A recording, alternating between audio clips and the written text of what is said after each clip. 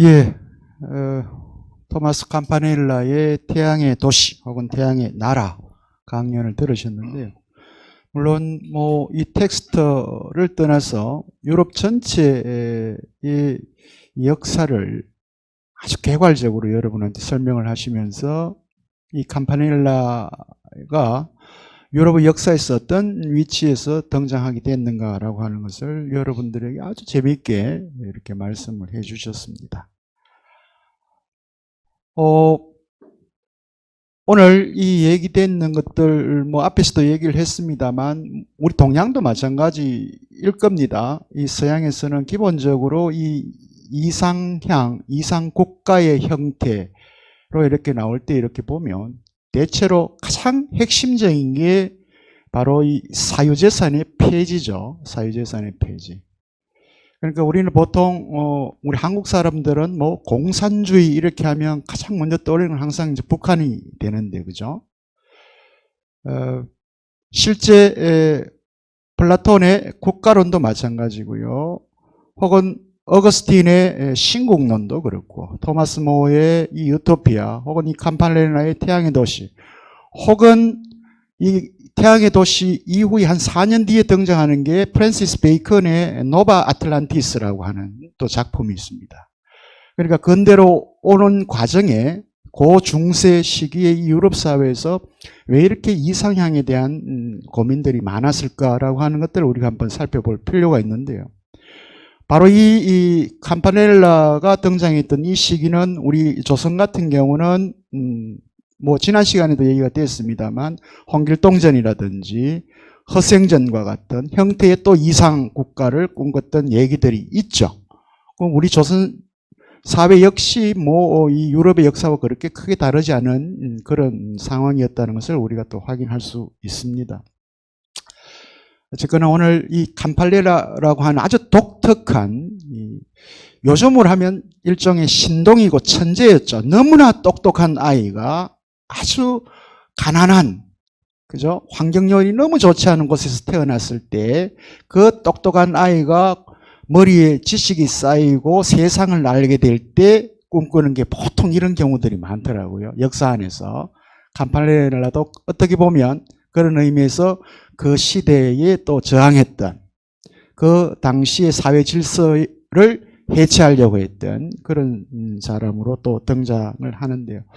우리가 지금 이 사상사적 측면에서 여러 인물들을 대부분 봅니다만 이 대부분의 인물들이 바로 그 당대, 자기 당대의 사회 질서나 혹은 규범이라든지 전통이라든지 이런 것들에 대해서 도전했던 사람들입니다. 그 당대의 질서에 순응하면서 그 당대에서 잘 살았던 사람은 어떻게 보면 우리의 이 정신사적 흐름 안에 잘 등장을 하지 않습니다. 묘한 일이죠, 그죠? 묘한 일입니다. 이건 아마 이 우리 시대도 앞으로 100년, 200년 뒤 우리의 미래 세대들에게 어떻게 읽힐까 하는 걸 한번 생각해 보시면 될 것 같습니다. 어쨌든 먼저 오늘 질문을 주신 분 질문을 먼저 답변을 드리고 플로어에 계시는 여러분들 질문을 한번 받아보는 시간을 갖도록 하겠습니다.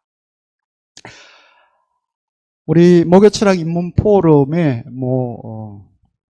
가장 많은 질문을 해주시는 분입니다.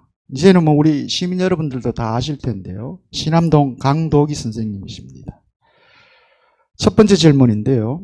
유토피아와 태양의 도시 두 저술물의 이 같은 점이죠. 같은 점은 생산수단의 사적 소유 철폐와 평등한 분배를 강조를 하고 있는데 혹시 유토피아와 태양의 도시의 차이점이 있다면 대표적으로 어떤 게 있는지, 강연 중에서는 이 가족의 해체라고 하는 것이 나왔긴 했습니다만 혹시 선생님 여기 더불어서 이 양 작품에서 차이점이 있다면 몇 가지 예를 들어서 설명해 주시면 고맙겠습니다. 네,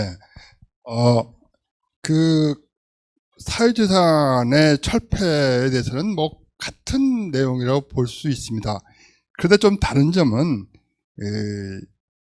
우리가 토마스 모어는 사실 영국 사회를 사실은 모델로 한 것이죠. 그리고 영국 사회에 있었던 그걸 모델했기 때문에 사회주의선이라는 것은 그냥 사유를 공유한다는 그 정도에 불과한데, 그리고 계급도 어느 정도 뭐 인정을 한 걸로 제가 봤습니다. 책을 보니까. 근데 반면에 이 캄파넬라는 이런 하나의 도시를 새로 만들고 여기에 이 생산 수단의 사유뿐만 아니라 아예 화폐, 돈 자체를 없었습니다.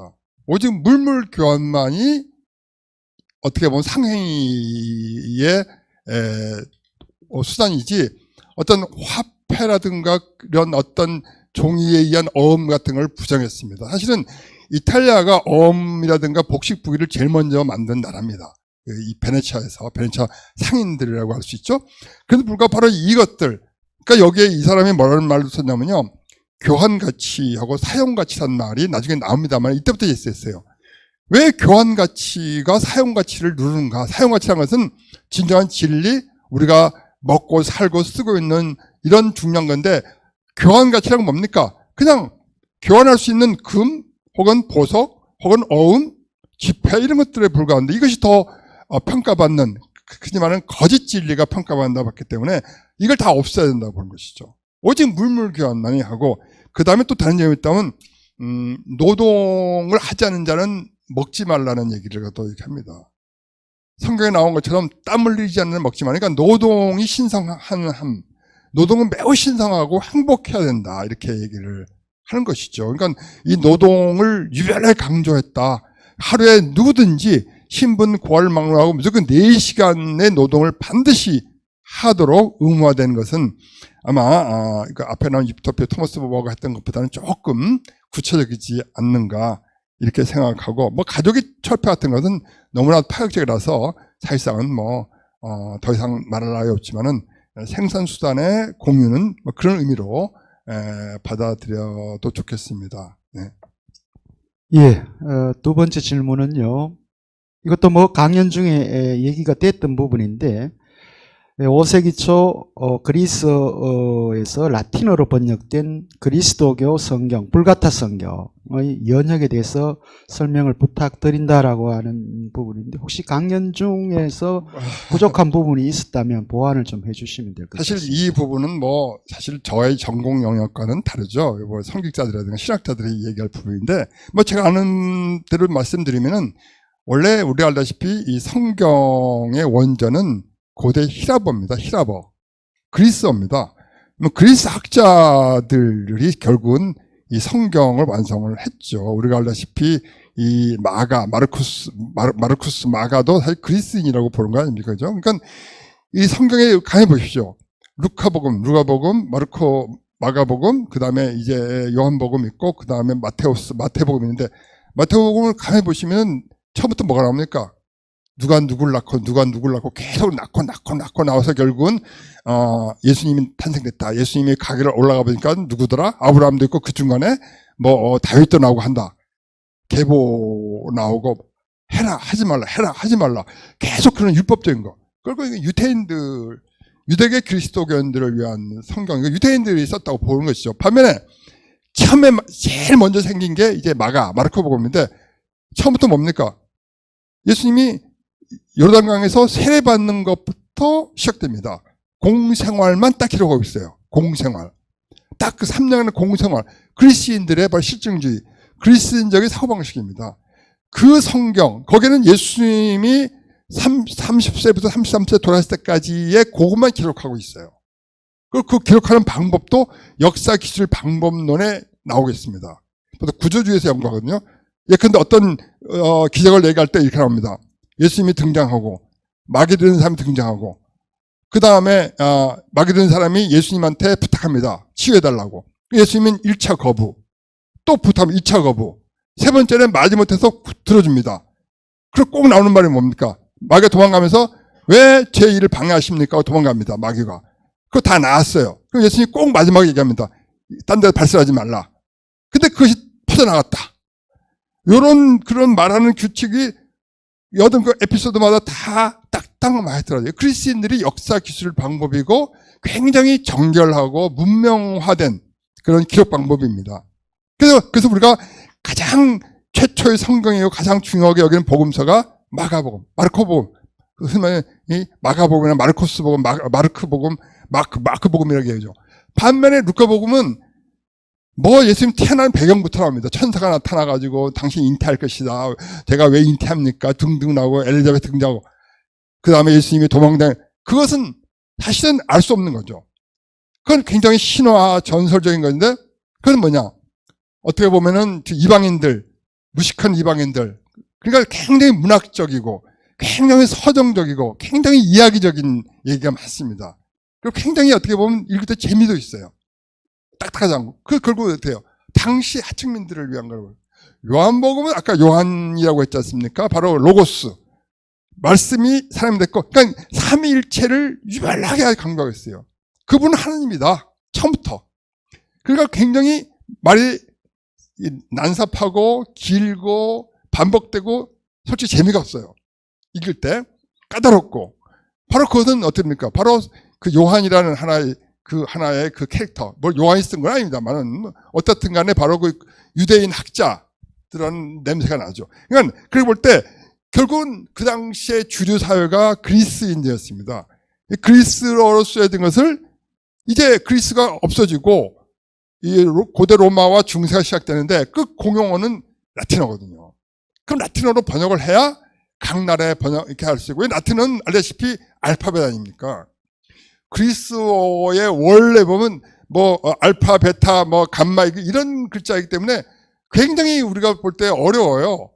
알파벳이 아닙니다. 그러니까 알파벳으로 쓰여진 로마어, 라틴 말로 처음으로 번역된 것이죠.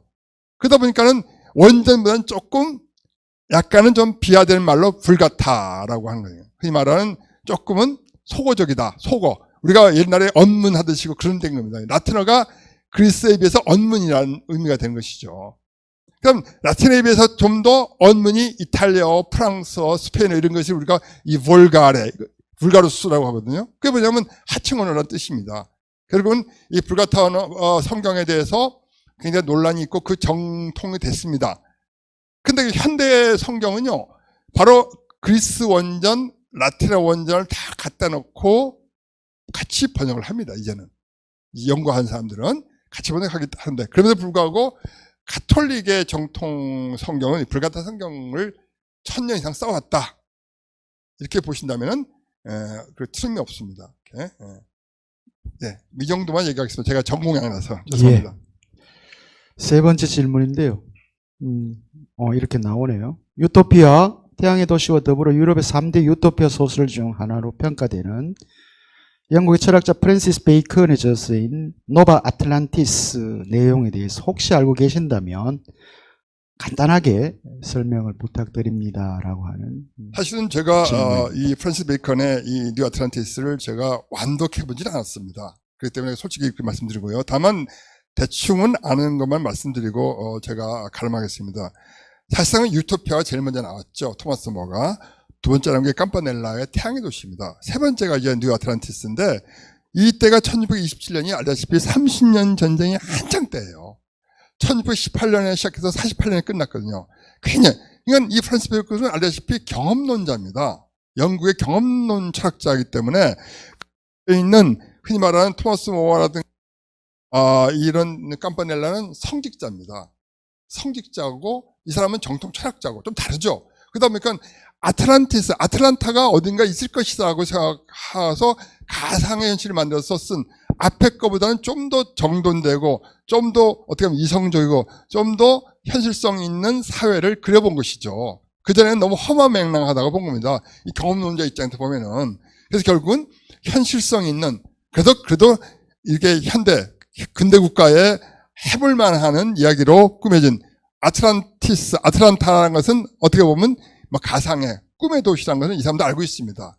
항해다 보면 나타난다는 것은 하나의 그냥 몽상인데 그를 꿈꾸면서 경험론자인 이 베이컨이 어떻게 보면 근대 철학자죠.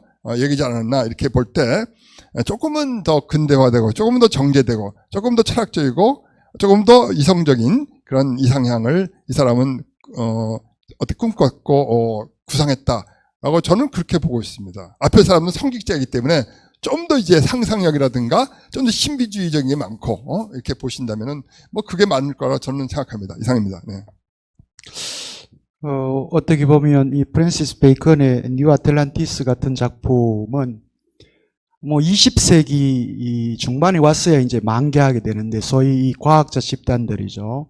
지금 우리 21세기는 대부분 이 과학자 공동체 혹은 과학자 집단이 가장 강력한 힘을 발휘하고 있는 그런 시대에 살고 있는데 바로 그런 과학자들이 어떤 종교적인 문제나 정치적인 문제 혹은 사회적인 문제로부터 자유롭게 마음껏 연구할 수 있는 그런 공동체 뉴 아틀란티스를 통해서 이 프랜시스 베이컨이 축을 했던 건데 이건 지금 내년 저희들 이문 포럼 기획안에 이 아틀란티스를 넣을지 안 넣을지 좀 이렇게 원래는 이번에 이렇게 하려고 했는데 이 연도가 1627년이기 때문에 이 사실 근대로 이행해가는 과정에서 이제 다루어져야 될 부분입니다. 깜팔레라도 그런데 어쨌든 이 유토피아를 대표하는 세계의 작품이었기 때문에 저희들 다른 주제가 하나 끼어 들어가면서 이제 이 아틀란티스는 좀 빠지게 됐는데 그거는 뭐 우리가 기회를 한번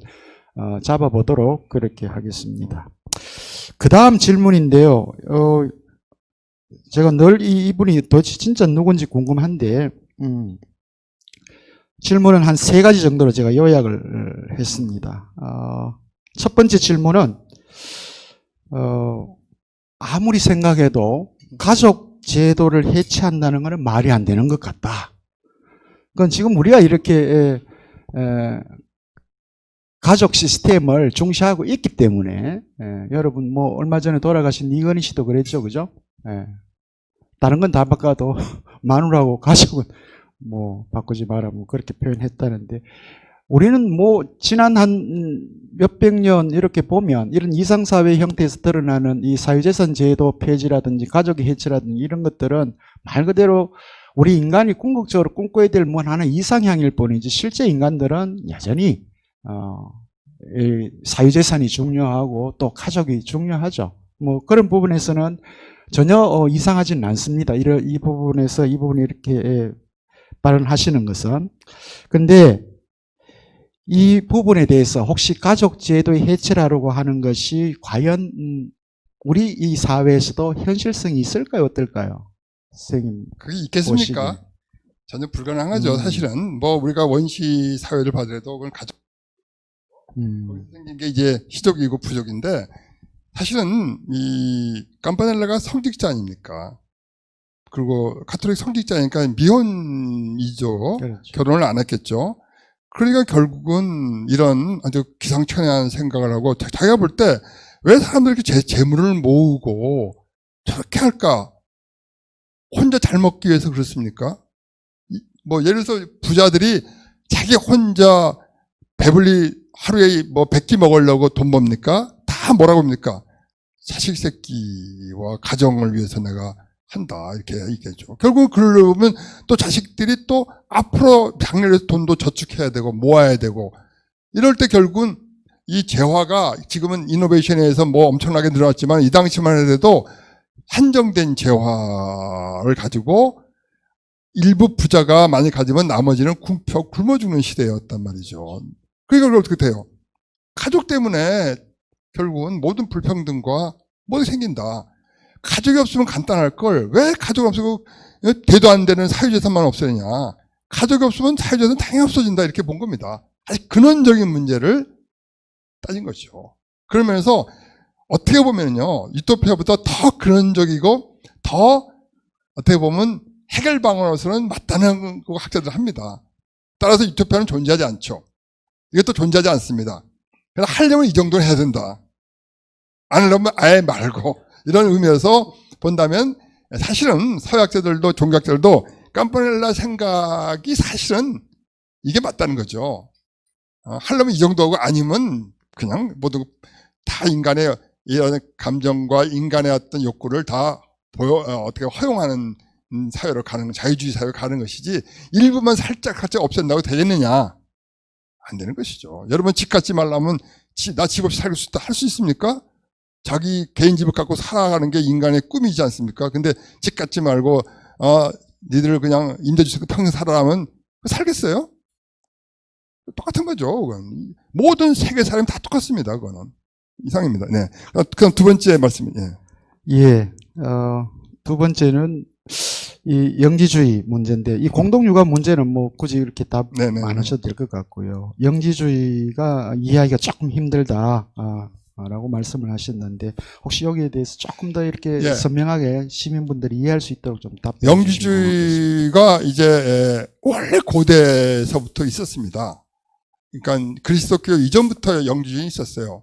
요즘도 혹시 그 유대교의 꿈난 공동체라는 거 있었을 겁니다. 신비주의자들이죠. 그때부터 그 유대교에서도 영지주의가 있었고요.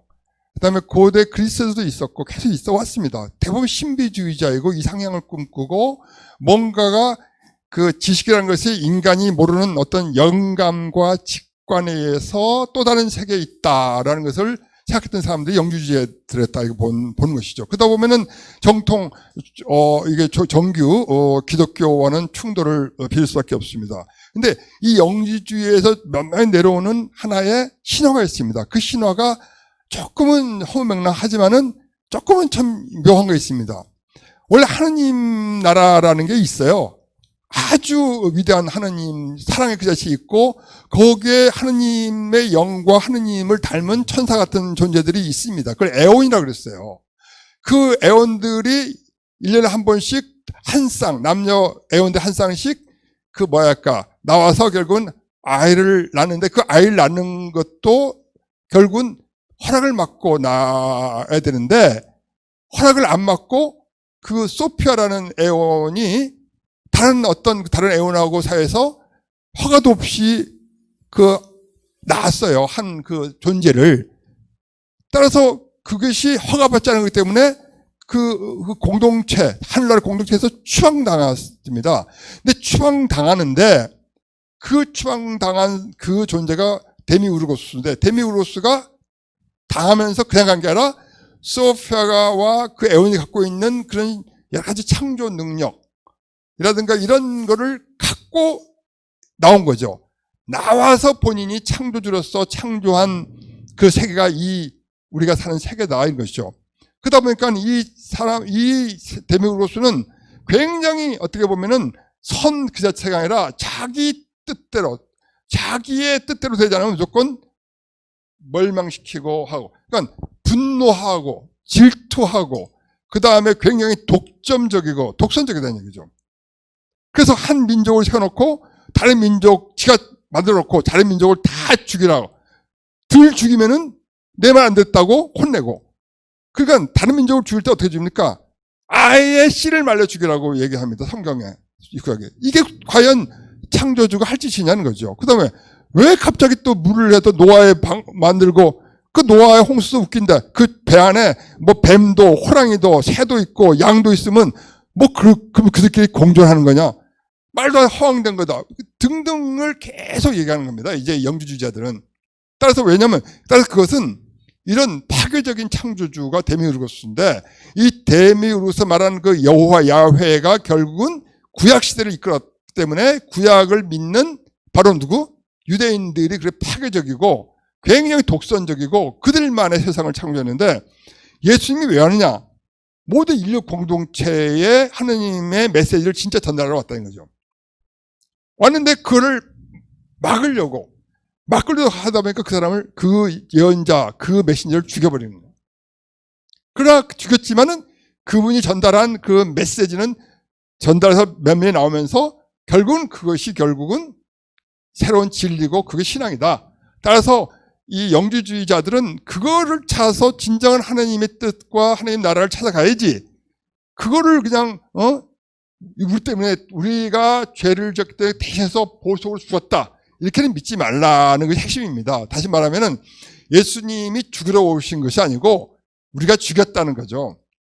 그리고 그분이 우리가 또 태어날 때 원죄가 있는 것이 아니고, 원죄는 그 데미우르고스가 우리한테 심어준 하나의 나쁜 그런 씨앗이지 우리는 원죄가 있는 것이 아니다.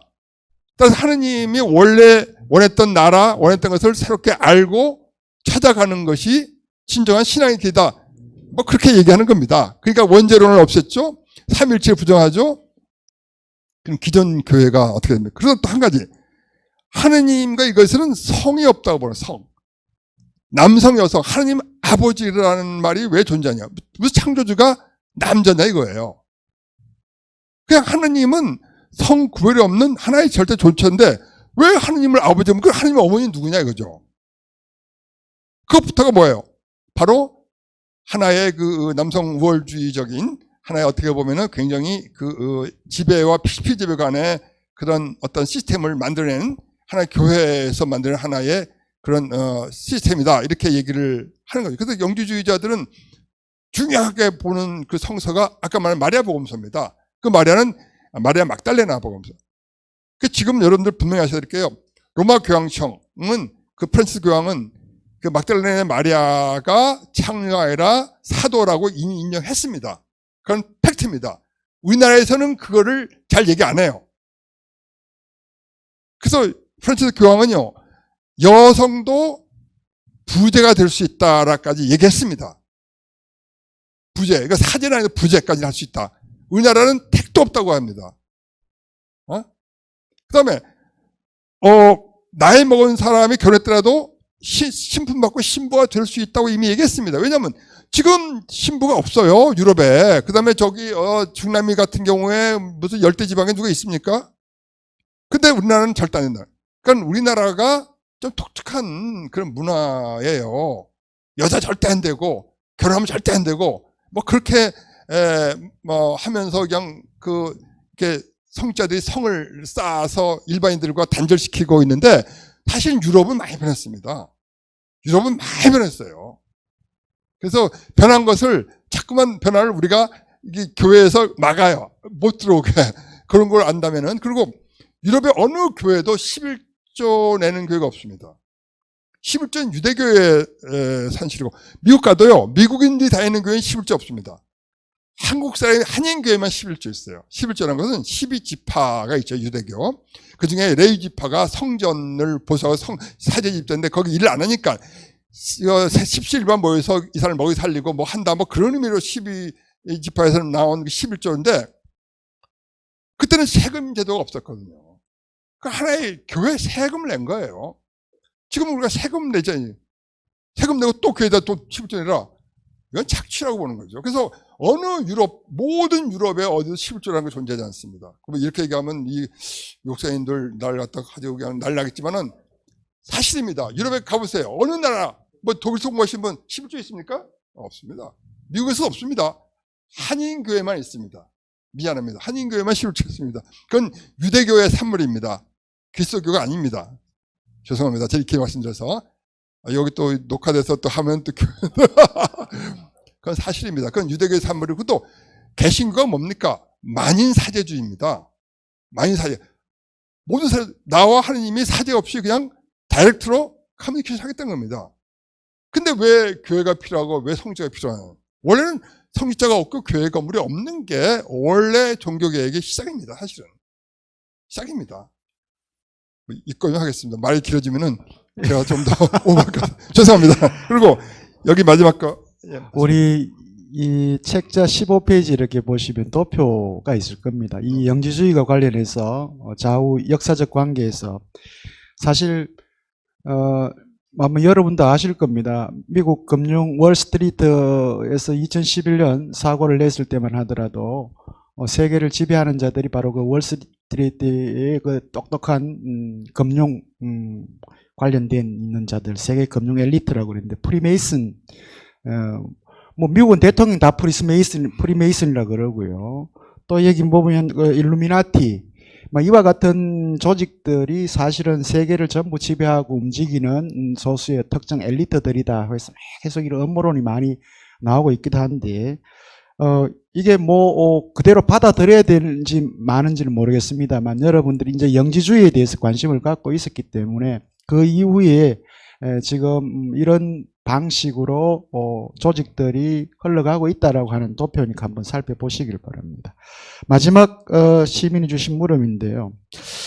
그럼에도 불구하고 이 캄바넬라는 혹시 어떻게 죽음을 이해하고 있는지, 지금 이 물음을 주신 분이 죽음을 요즘 많이 생각하고 있답니다. 죽음을 생각하면 그만큼 또 무섭고 두렵기 때문에 일단 살아있는 지금은 피하고 싶다고 그러네요. 이제 그런데 이렇게 보면 이분이 아마 나이가 좀 드신 분인 것 같기도 한데 이제 죽음을 이제 대면하는 그런 연세, 물론 뭐 저희들도 다 마찬가지입니다만 그렇기 때문에 혹시 이 campanel라는 무려 인생에서 29년이나 감옥에 갇혔던 이런 사람인데 이 죽음에 대해서 어떻게 생각을 하고 있었을까요? 라고 하는 물음입니다. 캄파넬라는 기본적으로 이 가톨릭 설교자였습니다. 그래서 이 자살이나 이런 것은 절대 금기입니다. 스스로, 왜냐하면 이 창조주가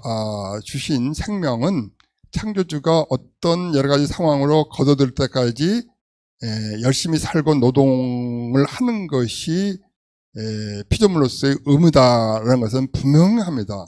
다만 죽음이 왔을 때 그거를 거부하지 말고 순수하게 받아들이라는 것은 뭐 역시 그 가톨릭적인 요소가 많죠. 그러니까 유럽의 문화라는 것은 죽음과 삶이 공존합니다. 여러분들 유럽에 여행 가보시면 특히 대도시 말고 중소도시 가보면요, 마을 옥이나 마을의 가장 아름다운 곳에 마을 공동묘지가 있습니다. 그러니까 공동묘지가 마을 한가운데 있고 같이 붙어 있습니다. 그러니까 어린 나이부터 노인까지 매일 공동묘지를 지나들고 방문하고 그럽니다. 그러니까 죽음과 삶에 대해서 어릴 때부터 이미 체험하는 거죠. 내 옆에 죽음이 있다는 걸 압니다. 그 죽음이 끝이라는 것도 생각을 뭐 기독교적인 사고방식 갖고 있고요. 그래서 또 모든 교회 지하는 다 납골화돼서 거기에 다 납골로 다 보관되어 있습니다.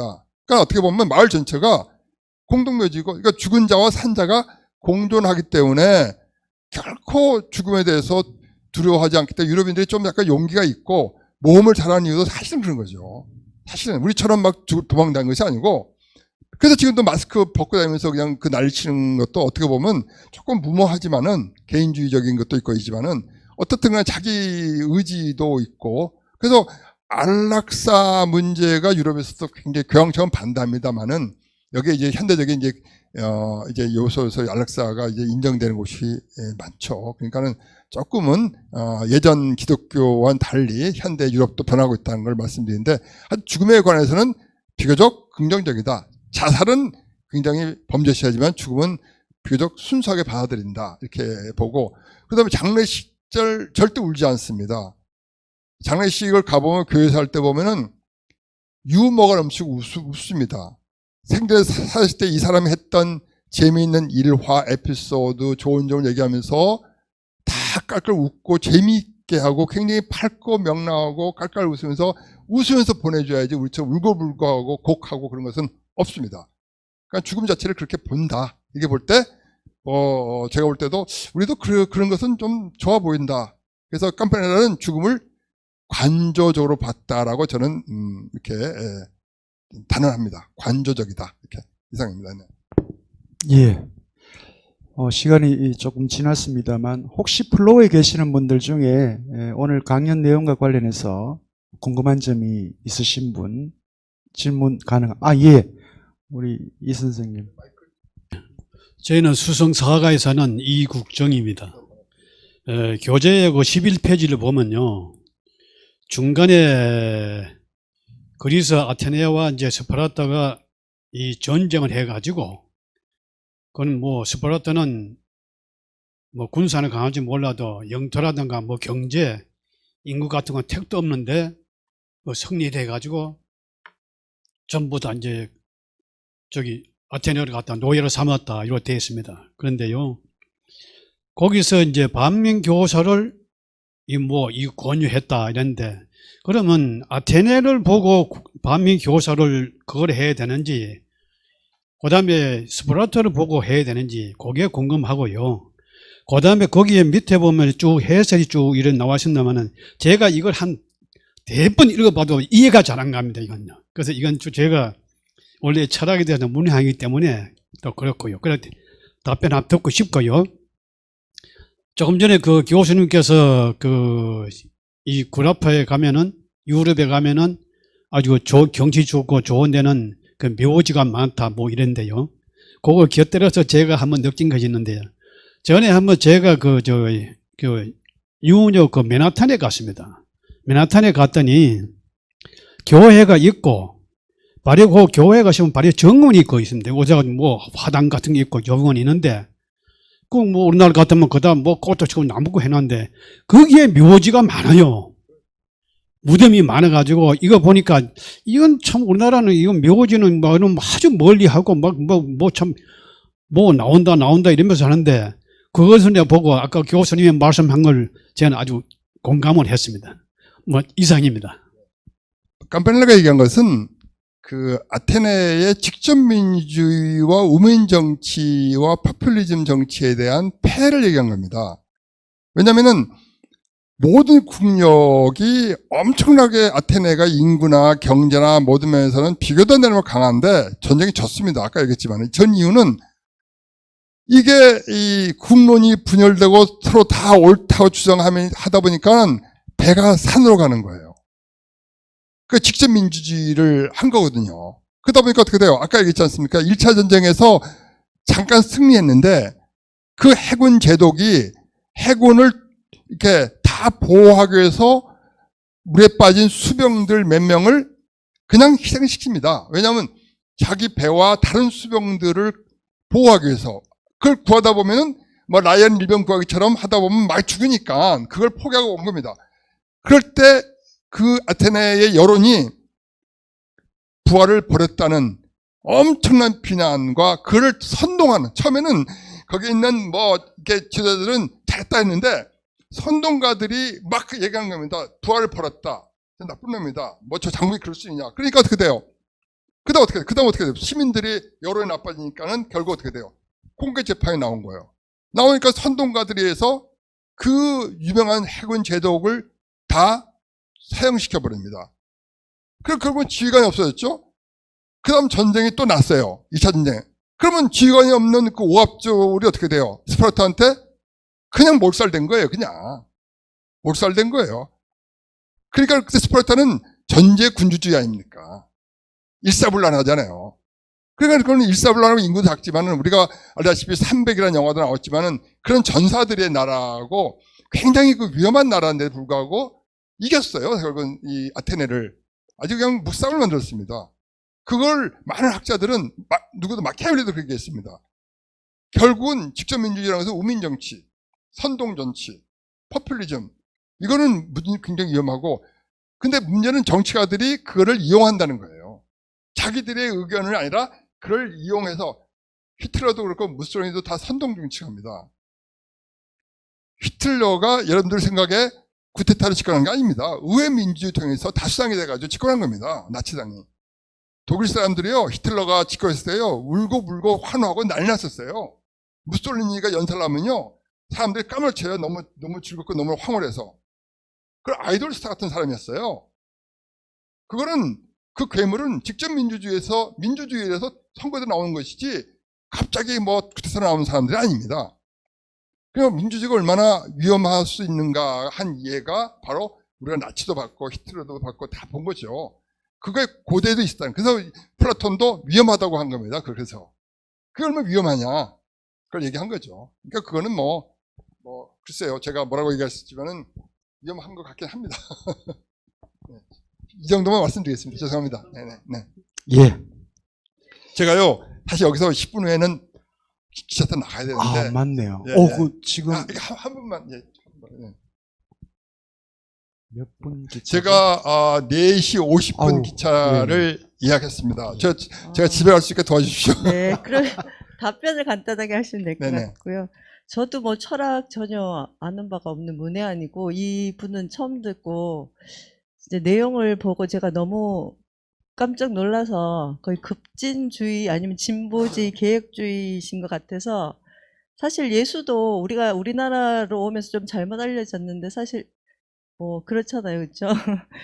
근데 이제 두 가지 제가 궁금한 게 그런 그 지식적인 것보다 항상 이렇게 교회를 가도 이제 이 설교 들을 때 저는 항상 아쉬운 게 그때 당시의 거를 계속 읊으시는 게 좀 아쉬운 게 현재 그러면 우리가 지금 어떻게 살아야 되고 대안이 뭔가가 중요한데 여기서 제가 가장 놀라웠던 게 두 가지거든요. 이제 사유재산 그것을 폐지하는 건데 그래서 공산주의랑 사회주의에서 공동으로 하는 그런 거랑 이분이 주장하는 게 제가 사실 잘 모르잖아요. 이걸 안 읽었고 이분에 대해서도 잘 모르기 때문에 우문일 수도 있는데 그 두 가지 같은 사유재산을 폐지하고 뭐 공동으로 하는 거에 공통점과 다른 점은 뭔지가 좀 궁금하고 그리고 그러면 현재 그런 강남에 한 평에 1억이나 하는 미친 집값 이런 뭐 그런 사유재산의 문제를 해결할 수 있는 대안이 이걸 좀 접목할 수 있나 그게 좀 궁금했고요. 두 번째는 정말 놀라운 게 이 가족제도 해체인데 근데 좀 생각해보면 이분의 주장이랑 지금 현재에서도 맞닿은 게 있는 게 좀 전에 교수님도 말씀하셨지만 그 지금 저희한테는 이런 정서적으로나 문화적으로나 가족이 해체되고 남녀가 뭐 이렇게 서로 공유하는 게 전혀 이해가 안 되거든요. 그렇지만 그런 여러 가지 사회 문제나 이런 거를 예방하는 차원에서 또 어떤 이거를 접목할 수 있는 대안이 없을까 하는 게 궁금한 점이었습니다. 이상입니다. 근데 짧게 말씀드리겠습니다. 두 번째 것만 말씀드리면 불가능하죠. 인간이 갖고 자기 혈육을 남기는 것은 인간의 가장 원초적인 본능을 억눌러서 성공한 혁명가가 없습니다. 그건 가장 원초적인 것이죠. 그건 뭐 만물, 동물도 그렇고 식물도 그렇고 자성번성하고 자기가 선택하는 것은 그 때문에 그건 안 되는데 이 성직자와 이런 약간 몽상가들이 한번 좀 꿈꿔본 것이다 이렇게 보시면 되고요. 아까 첫 번째 이 말한 게 사유재산인데 공산주의는 하나의 그 무산자 계급을 통해서 공동 분배하는 정책이라면 여기는 종교적인 겁니다. 종교가 밑바탕에 깔려 있어요. 그러니까 성직자들은 원래 독신자이고 혼자 살고 스스로가 무산자 아닙니까? 이 사람들이 조종해서 결국은 모든 것을 이 무산자 계급이 화돼가지고 서로 사유재산을 폐지할 수 있다. 근데 공산주의는 공산주의의 하나의 독재를 위한 하나의 단체가 있고 그 사람들이 조종하고 그 사람들은 위에서 자기들끼리는 노멘클라투라 잘 살죠. 그러니까는 그런 정치적인 경제적인 거 마르크스주의하고는 많이 다릅니다. 마르크스주의자하고는 달리 이거는 종교적으로 해석한 겁니다. 토머스 모어도 마찬가지. 토머스 모어도 신부입니다. 신부. 그 다음에 이분도 신부이자 수도사이자 혁명가예요. 그러니까 밑바탕은 종교를 밑바탕하고 가톨릭이 꿈꾸는 건 뭡니까? 솔직히 말하면 저 가톨릭 신자입니다. 신부인데 철이 없잖아요. 자기들이 땀 흘려 일하지 않고 말만 하잖아요. 그분들이 괜히 사유재산에 공동방어식 하는데 어떻게 보면 조금 약간 좀 우스꽝스럽잖아요. 나이도 어리고. 저도 65세인데 젊은 신부들이 아는 척 하잖아요. 그러면 저도 화가 나는데 가만히 있어요. 신부니까. 신부들이 원래 그렇다니까요. 왜냐하면 본인이 사유재산보다는 가족도 없고 하니까는 말을 쉽게 막 해요. 책임지지 못할 얘기를 합니다. 그리고 세상 돌아가는 것도 독선적이에요. 일단 철이 없어요. 나이 먹으나 나이 젊으나 일단 철딱선이 없어요. 네. 그러니까 그렇게 본다면 예전에는 얼마나 더 했겠느냐. 사유재산 제도는 없애는 순간 그 사회는 끝납니다. 사유재산을 없애가지고 성공한 나라, 시스템, 정치도 인력상 한 번도 없었습니다. 그러면 사람들이 일할까요? 일 안 하죠. 전제가 여기는 신정국가입니다. 계급사회이고요. 제일 위에 태양이라고 하는 신이 있고, 그 신 밑에 3명의 권력자가 있습니다. 권력을 지배하는, 우리로 하면 행정부죠. 그 다음 지식을 담당하는 고위 관료, 그 다음 사랑을 담당하는 고위 관료가 이렇게 있습니다. 그 사람들이 또 그 밑에 또 이 계급적으로 하위 계급을 통해서 이제 지배하는 그런 시스템이죠. 근데 그런 부분에서는 이 최고위 관료에 있는 이 사람들은 그 자체로 무오류 선하다라고 하는 전제가 이제 들어가 있는 거죠. 그 질서에 따라 사는 거니까. 예.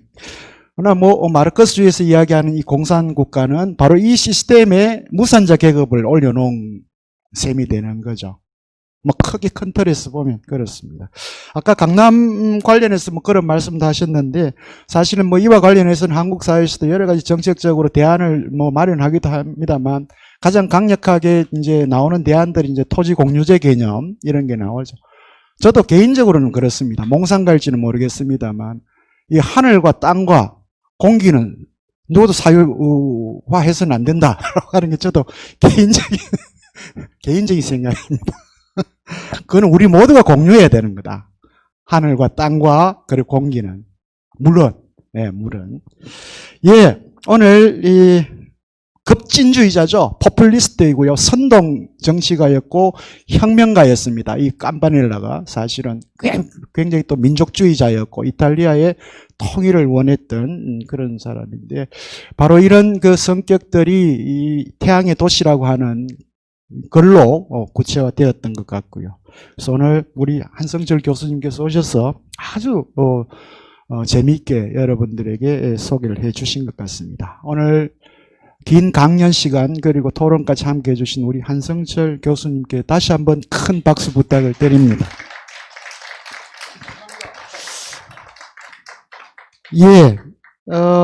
다음 시간에는 이제 세 개 주제입니다. 바로 이제 근대를 여는 거죠. 우리가 이제 만나게 될 사람이 오늘 이제 강의에도 나왔습니다만 코페르니쿠스 그리고 갈릴레오 갈릴레이 그리고 요하네스 케플러를 통해서 우리가 이제 이 소위 말하는 과학이 이제 등장을 하게 되는데 사실 이 갈릴레오 갈릴레이 아까 우리 선생님 말씀하셨습니다만 그래도 지구는 돈다고 중얼거리면서 나갔다 그러죠. 그죠? 그 갈릴레이의 주장에 동의했던 사람이 바로 이 캄파넬라입니다. 그래서 자기는 감옥에 갔어요. 결국은. 그랬던 분인데. 그래서 다음 시간에는 우리 한양대 철학과 이상욱 교수님을 모시고 니콜라우스 코페르니쿠스를 가지고 여러분들과 함께 만날 수 있도록 하겠습니다. 오늘도 긴 시간 동안 시청해 주시고 또 오늘 이런 자리까지 와주신 시민 여러분들께 다시 한번 감사를 드립니다. 항상 건강하십시오. 그리고 다음 주에도 오늘과 같이 이렇게 건강한 모습으로 이 자리에서 여러분들을 뵙도록 하겠습니다. 안녕히 들어가십시오. 고맙습니다.